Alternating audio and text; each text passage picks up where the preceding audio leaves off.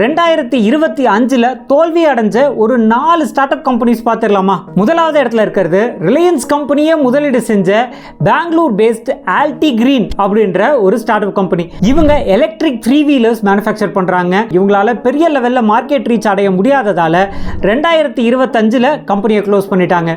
ரெண்டாவது இடத்துல இருக்கிறது பெர்ப்ளெக்சிட்டியோட ஃபவுண்டர் அரவிந்த் ஸ்ரீனிவாசால முதலீடு செய்யப்பட்ட ஆஸ்ட்ரா ஏஐ அப்படின்ற நிறுவனம். இவங்க AI paste sales automation process பண்ணிட்டு இருக்காங்க.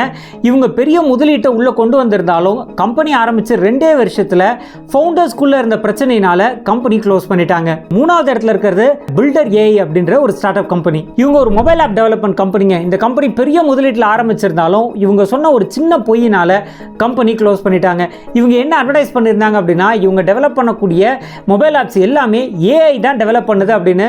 ஆனால் இந்த கம்பெனியோட பேக்ரவுண்ட் வெரிஃபை பண்ணி பார்க்கும்போது கிட்டத்தட்ட 7000 ஃப்ரீலான்சர்ஸ் இந்த கம்பெனியில் ஒர்க் பண்றது தெரிய வந்துச்சு. இந்த ஒரு பொய்னாலேயே முதலீட்டாளர்கள் இவங்க மேல வச்சிட்டு இருந்த நம்பிக்கையை இழந்துட்டாங்க. 2025 கம்பெனி க்ளோஸ் ஆயிடுச்சு. நாலாவது இடத்துல இருக்கக்கூடிய கம்பெனி கூகுள் நிறுவனமே முதலீடு செஞ்ச டன்சோ. இவங்க தான் இந்தியாவுடைய முதல் ஃபுட் டெலிவரி கம்பெனிங்க. பெரிய முதலீடு கொண்டு வந்து ஆரம்பிச்சிருந்தாங்க. ஆனா கொஞ்சம் கொஞ்சமா காம்படிஷனால கஸ்டமர்ஸை எழுந்துகிட்டே வந்துட்டு இருந்தாங்க. கடைசியா 2025 கம்பெனி க்ளோஸ் பண்ணிட்டாங்க. இதே மாதிரி நம்மளோட கம்பெனி க்ளோஸ் ஆகாம இருக்கணும்னா பிசினஸ் பத்தி நிறைய இன்ஃபர்மேஷன்ஸ் போட்டுட்டு இருக்கேன். நம்ம சேனலை மறக்காம ஃபாலோ பண்ணிடுங்க.